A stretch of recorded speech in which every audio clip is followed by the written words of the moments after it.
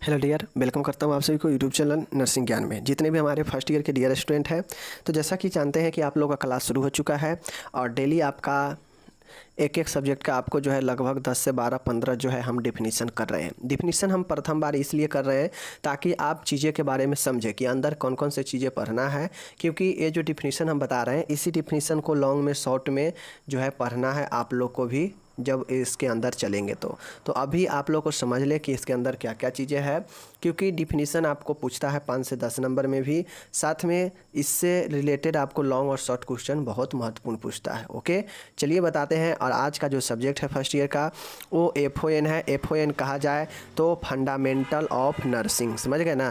Fundamental of nursing इसका full form होता है। चलिए देख लेते हैं। यहाँ भी कोशिश किए हैं 10 से 12 हम शामिल किए हैं महत्वपूर्ण। देखिएगा, स्वास्थ्य क्या होता है, स्वास्थ्य के बारे में बताना है। तो देखिए, नॉर्मली लोग क्या जानता है कि हमारा शरीर फिट है तो हम स्वस्थ हैं। नॉर्मली यही नहीं जानता है कि हमारा शरीर फिट है तो हम स्वस्थ हैं, लेकिन ऐसा नहीं होता है। स्वास्थ्य का एक अच्छा डिफिनीसन होता है जो WHO के द्वारा, वर्ल्ड हेल्थ ऑर्गेनाइजेशन के द्वारा दिया गया है। इसके अनुसार स्वास्थ्य पूरी तरीक़ा से शारीरिक, मानसिक और सामाजिक एवं आध्यात्मिक तंदुरुस्ती की स्थिति है, केवल रोग या बीमारी का अभाव नहीं है।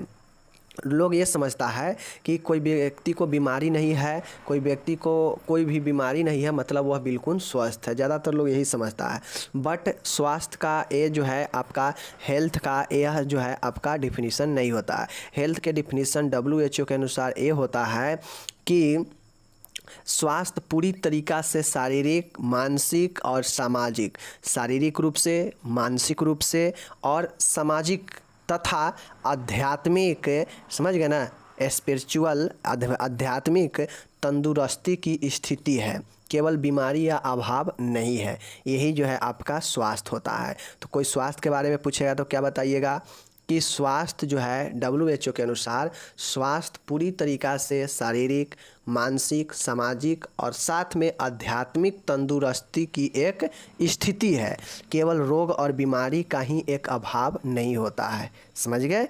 चलिए बाकी यहाँ पे आप लोग देख लीजिए इंग्लिश में क्या दिया गया है। कहता है according to the WHO health is a state of complete, मतलब हेल्थ एक जो है कंप्लीट जो है फिजिकल, मेंटल और सोशल, यानी फिजिकली शारीरिक रूप से, मानसिक रूप से और सामाजिक एंड स्पिरिचुअल मतलब आध्यात्मिक well being, not merely at the absence of disease और इन्फर्मिटी, मतलब यह सिर्फ जो है आपका बीमारी का अनुपस्थिति या फिर बीमारी से छुटकारा ही जो है स्वास्थ्य नहीं कहलाता है। स्वास्थ्य में फिजिकल, मेंटल, सोशल और स्पिरिचुअल भी जो है मजबूती होनी चाहिए। समझ गए। चलिए ये हो गया। अब यहाँ पे आता है नर्सिंग। नर्सिंग क्या है? तो नर्स के द्वारा दिए गए सभी कामों का जो है सम्मिलित जो है नर्सिंग कहलाता है। समझ गए ना। नर्सिंग, नर्स के द्वारा किए गए सभी कार्यों का एक समायोजन होता है, जिसमें नर्स जो जो काम करती है वही नर्सिंग प्रक्रिया में होता है। ठीक है, देख लीजिए। देखिए, नर्सिंग नर्स द्वारा किए जाने वाला एक अनुपम कार्य है। नर्सिंग जो होता है नर्स के द्वारा किया जाने वाला एक अनुपम कार्य है, मतलब एक बहुत ही अच्छा कार्य है। अर्थात व्यक्ति चाहे स्वस्थ हो या अस्वस्थ हो, ओके, कि उन क्रियाओं को संपन्न कराने में सहायता करना जो उसके स्वास्थ्य की पुनः प्राप्ति में या शांतिपूर्ण मृत्यु में योगदान देती है, एवं जिन क्रियाओं को वह इच्छा शक्ति एवं ज्ञान एवं बिना किसी सहायता से स्वयं संपन्न कर सकती है। ठीक है। देखिए, नर्सिंग नर्स के द्वारा किया जाने वाला एक अनुपम कार्य है। अब इस नर्सिंग के अंतर्गत नर्स जो है वे सारे कार्य करती है जो एक व्यक्ति को उसके स्वास्थ्य को अच्छा प्राप्ति में मदद करता है, या फिर कोई ऐसे मरीज है जो अंतिम समय में है, वो मृत्यु के स्थिति पर है, तो उसके मृत्यु में शांतिपूर्ण और आरामदायक मृत्यु में मदद करती है, और यही जो है नर्स होता है। ठीक है। एवं जिन क्रियाओं को वह इच्छा शक्ति, ज्ञान एवं बिना किसी के सहायता से स्वयं संपन्न करती है, वही जो है आपका नर्स होता है। नर्स का क्या काम है कि वह अपने ज्ञान, अपने इच्छा शक्ति और बिना किसी से सहायता लिए हुए वह कामों को करती है। तो यही नर्सिंग होता है। चीज़ों को समझ गए? चलिए, नर्सिंग का जो है इंग्लिश देख लीजिए, इंग्लिश में क्या कहता है। Nursing is a unique function perform by a nurse. Nursing एक जो है आपका यूनिक क्या होता है, काम है जो नर्स के द्वारा किया जाता है। तो इसीलिए कहता है nursing is a unique function, unique performed by a nurse, जो नर्स द्वारा परफॉर्म किया जाता है। डैट इज, जो टू हेल्प ए पर्सन, जो व्यक्ति को मदद करता है, चाहे व्यक्ति वह हेल्दी हो या फिर अनहेल्दी हो, ठीक है। व्यक्ति को जो है हेल्प करता है टू परफॉर्म दोज एक्टिविटी, उनके कामों को करने में, मदद करने में। डैट कंट्रीब्यू, मतलब उनके कामों को अच्छे से करने में मदद करती है कौन, नर्स, और उसमें कंट्रीब्यूट करती है to his recovery of health और पीसफुल डेथ। तो उसमें वह जो है मदद करती है, एक्टिविटी में अपना कंट्रीब्यू देती है, अपना जो है क्या मदद करती है, किस लिए, स्वास्थ्य को पुनः प्राप्ति के लिए, मतलब कोई बीमार है तो उसको ठीक होने के लिए जो है मदद करती है कि कैसे ठीक होगा, या फिर कोई ऐसे व्यक्ति है जो मृत्यु के स्थिति पर है तो उसका शांति प्रिय जो है मृत्यु हो, इसमें के लिए जो है काम करती है, ठीक है। Those activities that he can do, मतलब उसके द्वारा जो एक्टिविटी किया जाता है नर्स के द्वारा, that he can do with will, इच्छा शक्ति, knowledge and she does itself without any help, मतलब बिना किसी के हेल्प के खुद के वह नॉलेज से, खुद के इच्छा शक्ति से वह कामों को कर सकती है। ऐसे ही यह नर्सिंग होता है और नर्स के द्वारा इसी में काम किया जाता है। समझ गए चीज़ को? चलिए, अब व्यावसायिक प्रोफेशनल नर्स क्या होता है देख लीजिए। व्यावसायिक, तो देखिए व्यावसायिक इंजीनियर हो, प्रोफेशनल इंजीनियर हो, या फिर प्रोफेशनल नर्स हो, प्रोफेशनल डॉक्टर हो। प्रोफेशनल का मतलब होता है कि कहीं ना कहीं वह पढ़ाई करके एक जेन्युइन डिग्री लिया है और उसके साथ में वह अपने कामों को कर रहा है। एक होता है प्रैक्टिशनर होता है, जो प्रैक्टिशनर जो है कभी भी प्रोफेशनल नहीं होता है। प्रोफेशनल वो होता है जो अपने कामों को अच्छे से करना जानता हो, उसके पास एक वैलिड सर्टिफिकेट हो और उसके तहत वो काम को करता हो, जिसके अंदर उस काम को पूर्ण नॉलेज हो और एक अलग तरीके से करता है।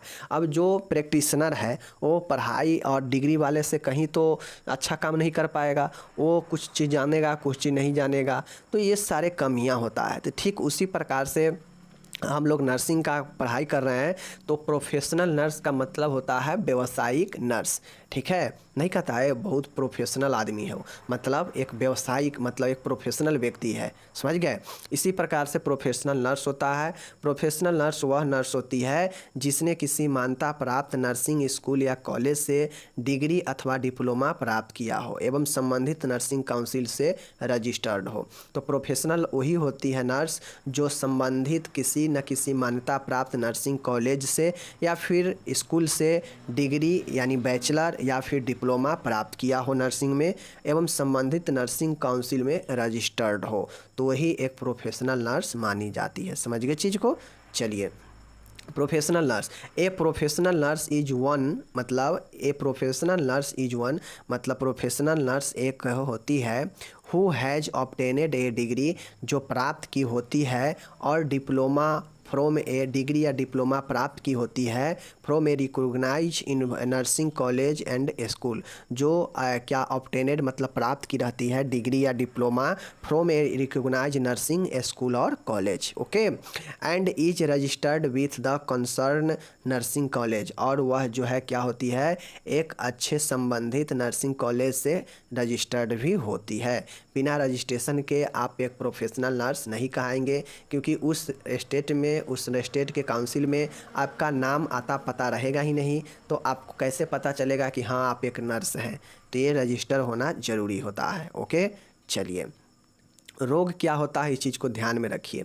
रोग रोग रोग में रोग देख लीजिए, बीमारी या अस्वस्थता एक ऐसी अवस्था है जिसमें शरीर या शरीर के किसी भी अंग को कार्य करने में बाधा उत्पन्न होती है।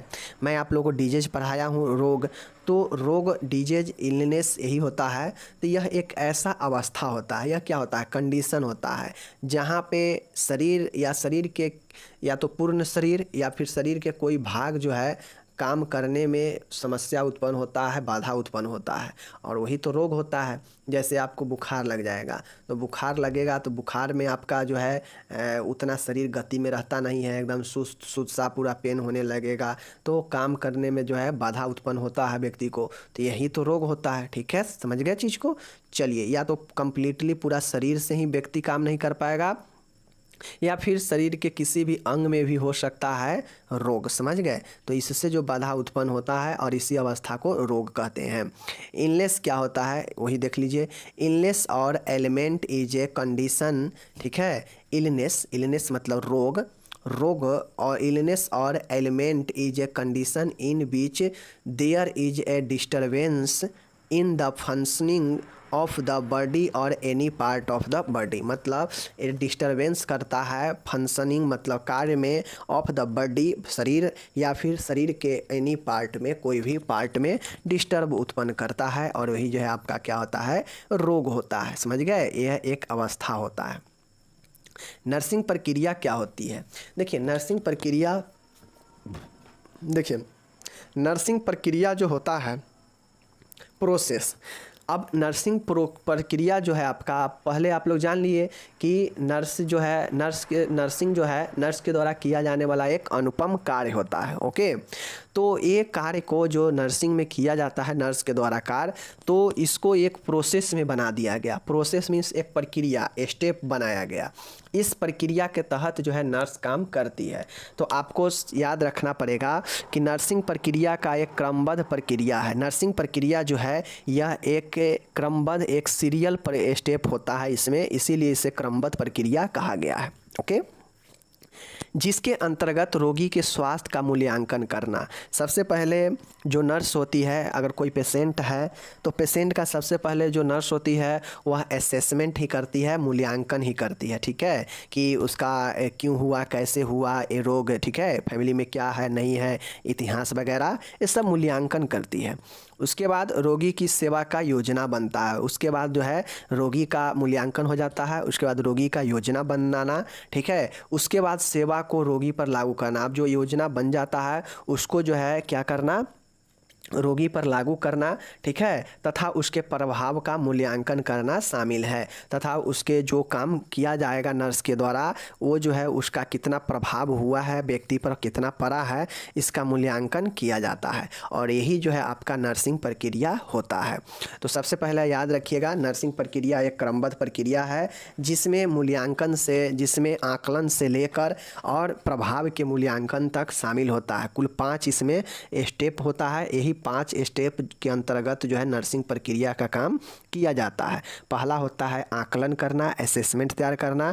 दूसरा नर्सिंग निदान होता है। तीसरा प्लानिंग, योजना बनाना। और चौथा होता है लागू करना। और 5वां होता है सभी कामों से, सभी 4 स्टेपों का लास्ट में एक मूल्यांकन, एवेल्युएशन होता है। ठीक है, यही 5 प्रोसेस होता है, प्रक्रिया होता है। समझ गए, जिसके तहत नर्सिंग अपना नर्स के द्वारा काम किया जाता है और वही नर्सिंग प्रक्रिया कहलाता है। समझ गए। चलिए, नर्सिंग प्रोसेस को एक बार देख लीजिए। The nursing process is an orderly process. Nursing process क्या है, एक ऑर्डर में है, यह एक ऑर्डरली है, मतलब क्रमबद्ध है, एक के बाद एक है। जैसे पहला है आकलन, तो दूसरा है नर्सिंग निदान, तीसरा है योजना, चौथा है काम करना उस पर, और 5वां है लास्ट में फिर से उसका एवेल्युएशन करना, मूल्यांकन करना। तो यही एक ऑर्डर में चलता है, इसीलिए इसे प्रोसेस प्रक्रिया में रखा गया है। This include assessing the patient health. यहाँ पे जो नर्स होती है वह क्या करती है, एसेसिंग करती हैं, आकलन यानी मूल्यांकन करती है पेशेंट, रोगी के स्वास्थ्य का। उसके बाद प्लानिंग बनता है पेशेंट का काम का, कि कैसे योजना कर बनाना है, कैसे काम करना है। देन तब इम्प्लीमेंटिंग द सर्विस। अब योजना बन जाता है तो उसके बाद इम्प्लीमेंट किया जाता है कामों का, ठीक है, पेशेंट के ऊपर। एंड लास्ट में एवेल्युएट इट्स इफेक्टिवनेस। अब कितना ज़्यादा ये काम जो किए हैं, लागू किए हैं, वो कितना ज़्यादा इफेक्ट है या नहीं है, उस रिजल्ट को यहाँ पे एवेल्युएट करते हैं, और इसी को नर्सिंग प्रोसेस कहते हैं। ओके, चलिए, यहाँ पे एक आध प्रोसेस को छोड़ दिया गया है, सीधा यहाँ पे बता दिया गया है असेसमेंट को, और यहाँ पे प्लानिंग को, इम्प्लीमेशन को, और लास्ट में एवेल्युएट को। 4 ऑप्शन है, 5वां एक नर्सिंग डायग्नोसिस को छोड़ दिया गया है। ठीक है, चलिए, अब आता है आपका यहाँ पे रिकॉर्ड है, रिकॉर्ड देख लीजिए। अब देखिए रिकॉर्ड क्या होता है, तो रिकॉर्ड एक आंकड़ा होता है, रिकॉर्ड एक डाटा होता है। अब ये रिकॉर्ड हर एक विभाग, हर एक डिपार्टमेंट में होता है, बैंकिंग में, स्कूल में, कॉलेज में, हॉस्पिटल में, बिजनेस के क्षेत्र में, सभी जगह पर डाटा होता है, आंकड़ा होता है। अब जैसे मानिए बैंक है ना, तो बैंक में भी एक आपका रिकॉर्ड रखा जाता है, क्या चीज़ का, जैसे बैंक में डेली दैनिक रिपोर्ट जो होता है कि बैंक में कितना निकासी हुआ, कितना जमा हुआ, तो कहीं ना कहीं एक रजिस्टर में मेंटेन होता होगा। तो कितना, अगर 100 आदमी आज निकासी किया और 50 आदमी जमा किया, तो सबका नोट होगा। और वो डेली बाय डेली अगर महीने में चलता रहेगा, ऐसे ही डेली बाय नोट होते रहेगा, तो कहीं ना कहीं वो रजिस्टर आपको फुल होते रहेगा। तो ये सब क्या होता है, यह एक डाटा होता है, आंकड़ा होता है, जिसको लिखित रूप में क्या करते हैं हम लोग, रखते हैं, समझ गए, रिकॉर्ड तैयार करके, फाइल तैयार करके, जिसमें हम रजिस्टर, डायरिया या फाइल उल का उपयोग करते हैं आंकड़ा को रखने के लिए, समझ गए। जैसे हॉस्पिटल है, तो हॉस्पिटल में कौन सा पेशेंट आया, कब आया, कहाँ का आया, उसका पूरा डिटेल लिखा रहता है कि उस पेशेंट का कौन कौन सा दवाई चला है, कब वो डिस्चार्ज हुआ था, कब एडमिट हुआ था। तो आपको कभी भी ज़रूरत पड़े तो जाके विभाग से आप ले सकते हैं। कब लेंगे, जब ये रिकॉर्ड रखा रहेगा तभी ना लेंगे। तो यही होता है रिकॉर्ड, बेसिकली फाइल तैयार करने को कहते हैं, जिसमें सभी आंकड़ा को सम्मिलित करके रखा जाता है। ओके, रिकॉर्ड रोगी से संबंधित मूल आंकड़ा लेने का एक लिखित दस्तावेज है, समझ गए ना, कि रिकॉर्ड जो है रोगी से संबंधित जो मूल आंकड़ा है, जो आपका डाटा है, उसका लेने का एक लिखित दस्तावेज है। यह एक दस्तावेज होता है रिकॉर्ड। रिकॉर्ड वे रजिस्टर, रिकॉर्ड या तो रजिस्टर हो सकता है, या फिर डायरिया में हो सकता है, या फिर फाइलें में भी रिकॉर्ड को रख सकते हैं। इसीलिए कहा गया है कि रिकॉर्ड वे रजिस्टर, डायरिया या फाइल होती है, जिसमें मरीज को अस्पताल में दी जाने वाली चिकित्सक सेवा एवं परीक्षण का लिखित वर्णन होता है। चाहे रजिस्टर हो या डायरी हो या फाइल हो, कुछ भी हो जो हॉस्पिटल की तरफ से प्रोवाइड कराया हो नर्स को, तो नर्स उसमें क्या करती है कि उसमें जो भी मरीज होते हैं उसको क्या चिकित्सा सेवा दिया गया, क्या परीक्षण हुआ है, उसका क्या दवाइयाँ चला है, हर एक डिटेल उसमें लिखित रूप से लिखा होता है। ठीक है, एवं यह कानूनी दस्तावेज होता है। अब जैसे मानिए कोई दो पक्षों में लड़ाई हुआ है और हॉस्पिटल में आके वह इलाज करवाया, उसमें से एक पक्ष का डेथ हो गया है, तो दूसरा पक्ष वाला तो उस पर केस किया होगा। तो ऐसे में जो पुलिस है वो हॉस्पिटल में भी जाता है कि हाँ बताइए फलाना फलाना आदमी को डेथ हुआ, उसको कौन कौन से दवाइयाँ चला, किस कारण से क्या हुआ था उसको, तो ये डाटा रहेगा तब तो बता पाएगा ना।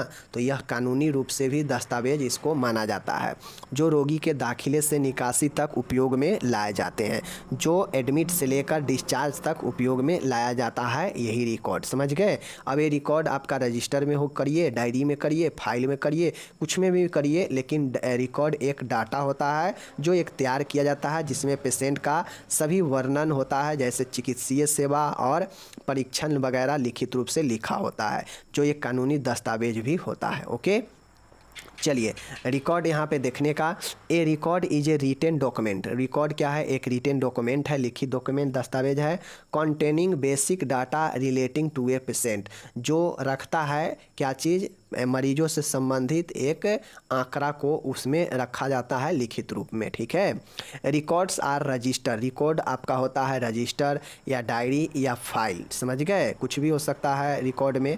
रिकॉर्ड जो है, रिकॉर्ड जो रखेंगे वो या तो रजिस्टर में रखेंगे या डायरी में या फाइल में, कुछ में भी रख सकते हैं।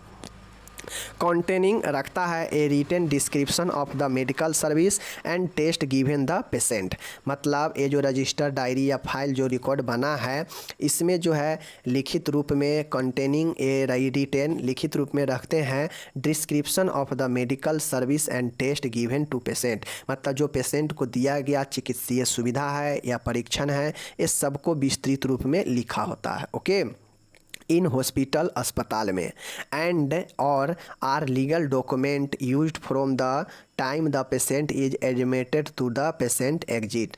अब यह एक लीगल डॉक्यूमेंट का भी उपयोग में आता है, कब, जब पेशेंट भर्ती हो और इसमें से निकासी हो, तो यह जो है एक लीगल डॉक्यूमेंट के रूप में भी काम में आ सकता है, इसीलिए रिकॉर्ड और रखा जाता है। ओके, चलिए अब आ गया देखिए रिपोर्ट। रिपोर्ट जो है, रिपोर्ट एक प्रकार से रिपोर्ट करना नहीं होता है कि जैसे आज दिन भर में 20 पेशेंट दिखा, तो हम अपने सीनियर अधिकारी को जाकर कह देंगे कि सर आज जो है 20 पेशेंट को देखा गया है, ठीक है। तो ये जो रिपोर्ट होता है यह रिटेन और मौखिक दोनों में हो सकता है, ओके। तो चूँकि हम जाके बाई टेलीफोनिक भी कह सकते हैं कि सर आज का रिपोर्टिंग जो है हुआ है 20 पेशेंट का, यानी 20 पेशेंट को देखा गया है। तो रिपोर्ट बेसिकली यह कामों को बताता है कि आज कितना काम हुआ है, यह सूचना को बताता है, ठीक है, कि आज 20 जांच हुआ है, आज 15 एक्सरे हुआ है, आज 20 पेशेंट को भर्ती किया गया है। तो नॉर्मली यह एक आपका रिपोर्ट तैयार किया जाता है, समझ गए। और हर एक संस्था में डेली रिपोर्ट तैयार भी होता है, या तो आप मौखिक कह दीजिए या हार्ड कॉपी भेज दीजिए, लेकिन रिपोर्ट एक आपका डेली या महीने या साल के कामों का आपका बताता है रिपोर्ट, ओके। देखिए, किसी मरीज को प्रदान की जा रही स्वास्थ्य देखभाल के संबंध में स्वास्थ्य कर्मियों जैसे नर्स और अन्य सदस्यों के मध्य सूचनाओं का आदान प्रदान रिपोर्ट कहलाती है तथा यह प्रक्रिया रिपोर्टिंग कहलाती है, ठीक है। रिपोर्ट एक प्रकार से जो सूचना होता है उसको दूसरे के सामने प्रस्तुत करने को ही रिपोर्ट कहते हैं, ठीक है। जैसे अगर मान गए हॉस्पिटल है तो उसमें एक ही तो आदमी नहीं रहता है काम करते हुए, अलग अलग प्रकार से रोगी स्टाफ होते हैं जो अलग अलग कामों के लिए होता है, मरीजों के हेल्प के लिए। तो ऐसे में मरीज को जो भी स्वास्थ्य सुविधा देखभाल दिया जाता है तो उसमें स्वास्थ्य कर्मियों के बीच में उसके सूचनाओं को आदान प्रदान किया जाता है उसके कामों के लिए, तो ही रिपोर्ट कहलाती है तथा यह प्रक्रिया रिपोर्टिंग कहलाती है, ओके ना। चलिए, यह मौखिक या लिखित दोनों रूप में प्रस्तुत कर सकते हैं। अगर मान गए मेडिकल कॉलेज है, बड़ा हॉस्पिटल है, तो अब उसमें बहुत बड़ा कैंपस होगा, तो अब जाकर हम उसको कहेंगे वहाँ पे तो समय लगेगा, तो टेलीफोन उठाएंगे, सीधा कह देंगे ऑफिस में कि हाँ आज का रिपोर्टिंग इतना हुआ है, इतना पेशेंट को ट्रीट किया गया, इतना पेशेंट को एडमिट किया गया, इतना पेशेंट को रिलीज किया गया, टेलीफोनिंग कह देंगे। तो ये क्या हो गया, मौखिक हो गया। अगर हमको लिखित देने का मन होगा तो जाइए वहाँ पे लिख कर लेटर के द्वारा दीजिए या फिर रिपोर्ट बना कर दे दीजिए। तो यही आपका जो है दोनों रूप में होता है, समझ गए चीज़ को। चलिए, जो बेसिकली सूचना होता है या किसी पर्सनल पेशेंट के बारे में भी हो सकता है या टोटल उस दिन के देखे गए मरीज के बारे में भी हो सकता है, ओके ना। चलिए, लेकिन होगा तो होगा, सूचना होगा, समझ गए। रिपोर्ट देख लीजिए। The exchange of information between health worker, मतलब जो हेल्थ कर्मी स्वास्थ्य कर्मी हैं उनके बीच सूचनाओं को आदान प्रदान एक्सचेंज करना regarding the health care being provided to a patient, मतलब जो स्वास्थ्य सुविधा दिया जा रहा है मरीज को उससे संबंधित जो सूचना होता है उस स्वास्थ्य कर्मियों के बीच में आदान प्रदान एक्सचेंज किया जाता है, उसी को हम लोग रिपोर्ट कहते हैं। And this process is called reporting, और यह जो प्रक्रिया होता है इस प्रक्रिया को रिपोर्टिंग कहते हैं, समझ गए। चलिए, देखिए, I can be presented there orally और इन ए राइटिंग। अब इट कैन बी मतलब इसको जो है हम लोग रिटन और ओरल दोनों तरीक़ा से प्रेजेंट कर सकते हैं रिपोर्ट को, समझ गए। तो रिपोर्ट और रिकॉर्ड में अंतर समझ गए, ओके। बिस्तरी घाव द्राव व्रण या शय व्रण क्या है, बेड सोर, प्रेशर सोर या डिक्यूबेटस अल्सर क्या होता है। देख लीजिए, तीनों का नाम एक ही है, चाहे डिक्यूबेटस पूछे या फिर शय व्रण पूछे या फिर द्रव व्रण बेड सोर पूछे, ओके। किसी व्यक्ति या मरीज के लंबे समय तक बिस्तर पर लेटे रहने या कुर्सी पर बैठे रहने से या फिर एक ही स्थिति में बने रहने से उसके शरीर के कुछ ऊतक क्षेत्रों पर दबाव पड़ने के कारण उन अंगों की ओर रक्त संचार कम हो जाते हैं, जिससे ऊतकों की क्षति नेक्रोसिस हो जाती है और वहाँ घाव बन जाता है। देखिए, बिस्तरी घाव क्या होता है। बिस्तरी घाव का मतलब होता है कि बिस्तर से ही होने वाला घाव नहीं होता है, समझ गए ना। बिस्तर भी होगा, साथ में अगर कोई मरीज या कोई ऐसा व्यक्ति है जो बैठा है या फिर खड़ा है या फिर बेड पर लेटा है तो वह एक ही स्थिति में लंबे समय से लेटा रहेगा या फिर लंबे समय से बैठा रहेगा या फिर लंबे समय से जो है खड़ा रहेगा किसी एक ही स्थिति में। तो फिर होगा क्या कि एक ही स्थिति में लेटने से या बैठने से वहाँ पे दबाव पड़ता है। अब दबाव पड़ने से जो भी प्रेशर पॉइंट है वहाँ दबाव पड़ेगा, दबाव पड़ने से वहाँ पे क्या होता है कि वहाँ पे प्रेशर पड़ेगा, प्रेशर पड़ने से जो है वहाँ पर ब्लड का जो सर्कुलेशन होगा वह उतना नहीं होगा जितना नॉर्मल में होना चाहिए। अब जैसे ही ब्लड सर्कुलेशन वहाँ पे कम हो जाएगा तो वहाँ का ऊतक जो है नष्ट होने लगेगा, और जब ऊतक नष्ट होने लगेगा तो वहाँ पे क्या हो जाएगा, आपका घाव का रूप ले लेगा, चमड़ा जो है बहुत ज़्यादा रफेज हो जाएगा, बहुत ज़्यादा लाल हो जाएगा और खुजलाने लगेगा और घाव बन जाएगा। तो यही जो है आपका बिस्तरी घाव होता है। समझ गए चीज़ को। चलिए, इस तरीका से होने वाले घाव को द्राव व्रण, बिस्तर व्रण या बिस्तरी घाव कहते हैं। समझ गए। इससे सैया व्रण या डिक्यूबेटस अल्सर भी कहा जाता है। समझ गए चीज़ को। चलिए, बहुत आसान है, बस समझना है। और इंग्लिश वाले स्टूडेंट को मैं सीधा बोल देता हूँ, आपको वर्ड मीनिंग पर कमांड करना पड़ेगा। वर्ड मीनिंग पर कमांड कर लेंगे ना तो एकदम हलवा है। यहाँ पे आप लोग देख लीजिए। अब हम लोग चलते हैं इंग्लिश की तरफ, बेड सोर के। ओके, देख लीजिए। देखिए, इंग्लिश बहुत ज़्यादा हार्ड नहीं होता है, बस इंग्लिश में दिक्कत कहाँ होता है कि बहुत सारे वर्ड मीनिंग ही लोगों को पता नहीं होता है, याद नहीं रहता है, जिसके कारण लगता है कि बहुत ज़्यादा भारी है। लेकिन भारी नहीं है, बस आपका हल्का ग्रामेटिकल सही होना चाहिए और वर्ड मीनिंग पर कमांड होना चाहिए, तो आप इंग्लिश में आराम से लिख सकते हैं। हिंदी से आसान होता है। चलिए देखिए बेड शोर क्या होता है, प्रेशर शोर या इसी को डिक्यूबेटर शोर कहते हैं। ठीक है, देख लीजिए। ए पर्सन और पेशेंट मतलब एक व्यक्ति या फिर रोगी लाइंग ऑन ए बेड, जब बेड पर लंबे समय से होता है या फिर सिटिंग बैठा होता है या फिर ए चेयर कुर्सी पर, ठीक है, फॉर ए लॉन्ग टाइम, लंबे समय से कोई व्यक्ति एक ही स्थिति में बेड पर या फिर किसी चेयर पर या फिर सोए हुआ है, बैठा हुआ है, तो इस कंडीशन में लंबे समय तक जो है, लॉन्ग टाइम तक वह अगर है और या by remaining in the same position on due to pressure on certain tissue, और लंबे समय से वो जो है अगर रिमेनिंग रहता है सेम पोजीशन में, तो होता यह है कि उसके कारण जो है प्रेशर पड़ता है, और प्रेशर कहाँ पड़ता है, ऑन सर्टेन टिश्यू, एक निश्चित टिश्यू पर, ऊतक पर दबाव बनता है। ठीक है। चलिए नेक्स्ट यहाँ पे आप लोग देख लीजिए कि areas of the body due to which blood, ठीक है ना, उस एरिया पर जहाँ पर प्रेशर पड़ा है वहाँ पे शरीर के होता है कि जो ब्लड होता है उसका सर्कुलेशन जो है रिड्यूस हो जाता है, कम जाता है, टू दोज ऑर्गेन, उस ऑर्गेन का जहाँ पे दबाव पड़ा है वहाँ पे ब्लड सर्कुलेशन रिड्यूस्ड हो जाता है। Okay. Necrosis of tissues take place and there are wound, और वहाँ पे होता है कि टिश्यू का क्षति होने लगता है, ऊतक का, ठीक है, जिसे हम लोग नेक्रोसिस कहते हैं, और वहाँ पे घाव बन जाता है। समझ गए चीज़ को। चलिए, wounds that occur in this way are called pressure ulcer, bed ulcer और बेड सोर। ओके। और इस प्रकार के जो घाव बनता है उस घाव के हम लोग क्या बोलते हैं, प्रेशर अल्सर, बेड सोर या फिर बेड सोर जो है बोला जाता है। ओके। चलिए देखिए, there are also called decubitus ulcer, इसे डिक्यूबेटस अल्सर भी कहते हैं। चीज़ को समझ गए। चलिए याद रखिएगा। इम्यूनाइजेशन क्या होता है, मैं आप लोग को इम्यूनाइजेशन पढ़ा चुका हूँ, लेकिन फिर भी देख लीजिए। ठीक है, इम्यूनाइजेशन क्या होता है देख लीजिए।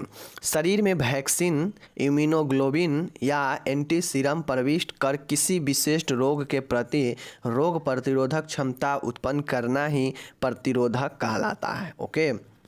जैसे किसी को कोविड हुआ है, किसी को खसरा का टीका लगता है, किसी को BCG का टीका लगता है, तो ये सब टीका क्या होता है, वैक्सीन क्या होता है कि यह पार्टिकुलर रोग के प्रति क्या करता है कि यह पार्टिकुलर रोग के प्रति होता ये है कि यह रोग प्रतिरोधक क्षमता को क्या करता है, शुरू कर देता है, जिससे होता यह है कि उस जो भी रोग का टीका लगा है वो रोग अगर शरीर में अटैक करता है तो जो वो प्रतिरोधक क्षमता जो उत्पन्न होता है, जो वैक्सीन लगा हुआ है, वह एक्टिव होता है और उस रोग को नष्ट कर देता है। ओके। और यही जो है आपका इम्यूनाइजेशन होता है। समझ रहे चीज़ को। तो ये क्या क्या होता है, ये वैक्सीन होता है, इम्यूनोग्लोबिन होता है या फिर एंटी सीरम होता है, जिसे शरीर में प्रविष्ट कराया जाता है और फिर रोग के प्रति रोग प्रतिरोधक क्षमता उत्पन्न होता है। समझ गए। चलिए अब यहाँ पे इम्यूनाइजेशन देखिए, यहाँ पे प्रतिरक्षीकरण क्या होता है, तो जनरेटिंग इम्यूनिटी, समझ गए ना, जनरेटिंग इम्यूनिटी मतलब इम्यूनिटी को जनरेट करने वाला against a specific disease by introducing vaccine. अगर कोई ऐसे स्पेसिफिक जो रोग है उसके प्रति अगेंस्ट मतलब उसके विरोध या प्रति जो है जनरेट इम्यूनिटी को जनरेट करता है, ठीक है, वैक्सीन के द्वारा। समझ गए। चलिए, इम्यूनोग्लोबिन और anti serum into the body is called immunization. अब ये जो इंट्रोड्यूस किया जाता है क्या किसका, इम्यूनिटी का, तो ये जो है होता है एंटी सीरम या फिर इम्यूनोग्लोबिन जो बॉडी में दिया जाता है और उसी को हम लोग जो है इम्यूनाइजेशन कहते हैं। समझ रहे हैं चीज़ को। चलिए, वाइटल साइन क्या होता है देख लीजिए, जैविक चिन्ह इसको हम लोग बोलते हैं। देखिए, शरीर का तापमान, टेम्परेचर, पल्स, नाड़ी, श्वसन, रिस्पायरेशन एवं रक्तचाप को जैविक चिन्ह कहा जाता है। अब यहाँ पे देख लीजिए, टेम्परेचर, पल्स, श्वसन और ब्लड प्रेशर, रक्तचाप को जैविक चिन्ह कहा जाता है। आपको फर्स्ट ईयर सेकेंड ईयर में बहुत बार आपको जो है जैविक चिन्ह देखने को मिलेगा। तो जैविक चिन्ह समझ लीजिए क्या होता है। वाइटल साइन टेम्परेचर को, नाड़ी को, श्वसन को और ब्लड प्रेशर को कहते हैं। समझ गए। क्योंकि इनका नियंत्रण शरीर के जैविक अंग वाइटल ऑर्गेन जैसे हृदय, मस्तिष्क, गुर्दा आदि के द्वारा होता है। इसका नियंत्रण शरीर के जैविक अंग के द्वारा होता है, इसीलिए इसे जैविक चिन्ह कहते हैं, वाइटल साइन कहते हैं, जैसे हृदय, मस्तिष्क, गुर्दा आदि। ओके। चलिए, वाइटल साइन क्या होता है यहाँ पे देखिए, body temperature, pulse, respiration and blood pressure are called biological sign because are called vital sign. ठीक है ना, बायोलॉजिकल साइन लिखा है, vital sign because they are controlled, क्योंकि यह कंट्रोल किया जाता है बाय द वाइटल ऑर्गेन, जैविक ऑर्गेन के द्वारा, ऑफ द बॉडी के, लाइक ए हार्ट, ब्रेन और किडनी, इसके द्वारा जो है कंट्रोल किया जाता है। ये सब के द्वारा ये जैविक अंग है और इसीलिए इसे कहा जाता है क्या चीज़, वाइटल साइन। समझ रहे हैं चीज़ को। चलिए, अब तापमान है, टेम्परेचर क्या होता है देख लीजिए। टेम्परेचर क्या होता है, शरीर की ऊष्मा के इकाई के रूप में अभिव्यक्त करना ही तापमान कहलाता है। मतलब बॉडी में जो ऊष्मा है, हीट है, उसको ही अगर हम इकाई के रूप में व्यक्त करते हैं तो वही जो है तापमान होता है। Temperature is the degree of body heat. ठीक है, टेम्परेचर क्या है, एक डिग्री है, एक ये इकाई के रूप में है ऑफ द बॉडी हीट, शरीर के ऊष्मा का। ठीक है, शरीर के तापमान के नियंत्रण का केंद्र हाइपोथैलेमस होता है। यह जो है हाइपोथैलेमस क्या होता है, शरीर के ऊष्मा का नियंत्रण का केंद्र होता है। ओके। समान अवस्था में शरीर का तापमान 98.6 फ़ारेनहाइट इतना सेल्सियस होता है। ओके। चलिए, अब इसका हम लोग इंग्लिश थोड़ा देख लेते हैं। Temperature, expressing the heat of the body as a unit is the temperature. Temperature क्या है, यह एक्सप्रेस ज्ञात होता है शरीर के एक इकाई के ऊष्मा के रूप में, इसीलिए एक्सप्रेसिंग द हीट, ठीक है, व्यक्त होता है ऊष्मा ऑफ द बॉडी, शरीर का, एज ए यूनिट, एक यूनिट के रूप में, इज द टेम्परेचर, वही जो है तापमान होता है। समझ गए चीज़ को। यहाँ पे देख लीजिए, कहता है temperature is the degree of body heat. Temperature body का एक इकाई ऊष्मा है। Okay. The hypothalamus is the centre of body temperature control. Hypothalamus body का एक केंद्र है जहाँ से क्या होता है, तापमान कंट्रोल होता है। Okay. Normal body temperature is इतना। ओके, समझ गए चीज़ को। चलिए, अब नाड़ी के बारे में हम लोग यहाँ पे देखते हैं, नाड़ी के बारे में। ठीक है, देखिए, रक्त परिसंचरण के लिए जब हृदय का बायां निलय लेफ्ट संकुचन होता है। ठीक है, देखिए, रक्त परिसंचरण मतलब ब्लड सर्कुलेशन के लिए जब हृदय का बायां निलय, लेफ्ट वेंट्रिकल, आप लोग जानते हैं कि हृदय में 4 चेंबर होता है, left ventricle, left atrium, right atrium. ठीक है, लेफ्ट वेंट्रिकुलर और राइट वेंट्रिकुलर। समझ गए, ऊपर वाला आर्ट्रियम और नीचा वाला वेंट्रिकुलर होता है। तो रक्त परिसंचरण के लिए जब हृदय का बायां निलय, लेफ्ट वेंट्रिकल, संकुचित होता है, कंट्रस्ट होता है, तब रक्त तरंग धमनी में बलपूर्वक गुजरता है। मतलब ब्लड सर्कुलेशन के लिए जब हृदय का बायां निलय, लेफ्ट वेंट्रिकल जब संकुचित होता है ना, तो संकुचित होता है तो ब्लड क्या होता है, बलपूर्वक धमनी में जाता है शरीर में जाने के लिए। ठीक है, हृदय से। ठीक है, जिसके कारण धमनी में बारी बारी से उठाव तथा पतन होता है। अतः धमनी के इस एकांतरिक उठाव व पतन को नाड़ी कहते हैं। समझ लीजिए, जैसे ये आपका हो गया क्या चीज़, ये आपका हो गया हृदय, समझ गए। इसमें 4 चेम्बर है, 4 चेम्बर है, ओके। ये आपका आर्टरियम है और नीचे वाला आपका वेंट्रिकुलर है। समझ रहे चीज़ को। चलिए अब आपका देखिए, आपका हो गया, हम उधर साइड से लेंगे, ठीक है। ये आपका राइट आर्टरियम, लेफ्ट वेंट्रिकुलर। ये हो गया आपका क्या चीज़, देख लीजिए, राइट वेंट्रिकुलर और लेफ्ट वेंट्रिकुलर, ठीक है। अब यहाँ से ब्लड जो है, शुद्ध ब्लड कहाँ जाता है, धमनी में। तो यहाँ से ब्लड जो है धमनी में गया, धमनी में गया। अब होता यह है कि ये वाला जो वेंट्रिकुलर है, जब ब्लड को हृदय पंप करता है तो यह संकुचित होता है, इसमें कंट्रास्ट आ जाता है, संकुचन होता है। संकुचन होने से ब्लड यहाँ से निकलता है और धक्का मारता है, संकुचित होकर पंप करता है। पंप करता है तो ब्लड सीधा इसमें प्रवेश करता है, महाधमनी में। अब जैसे ही महाधमनी में ब्लड जाता है तो क्या होता है कि इसमें तेजी रहने के कारण इसमें उठाव और गिराव होता है, मतलब उठाव और पतन होता है। कैसे, तो जैसे ये ब्लड का पाइप है, समझ लीजिए। अब इसमें ब्लड चल रहा है तो ब्लड ऐसे ऐसे करके इसमें चलता रहता है, ठीक है। यही आपका उठाव हो गया और यही पतन हो गया, समझ गए।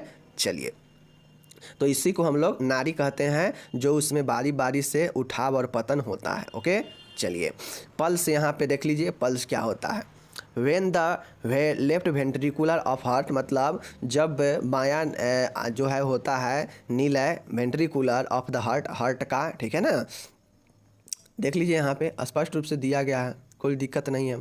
तो जब हृदय का बायां नीलय कंट्रैक्ट्स फॉर ब्लड सर्कुलेशन, जब रक्त परिसंचरण के लिए कंट्रैक्ट संकुचन होता है तो then the blood waves passes forcefully, जब तब क्या होता है कि जो ब्लड का तरंग है वह गुजरता है फोर्सफुली, मतलब तेज़ी से, थ्रू द आर्टरी, धमनी से, ठीक है। मतलब when the left ventricle of the heart का लेफ्ट वेंट्रिकल कंट्रास्ट मतलब संकुचित होता है फॉर द ब्लड सर्कुलेशन, रक्त परिसंचरण के लिए।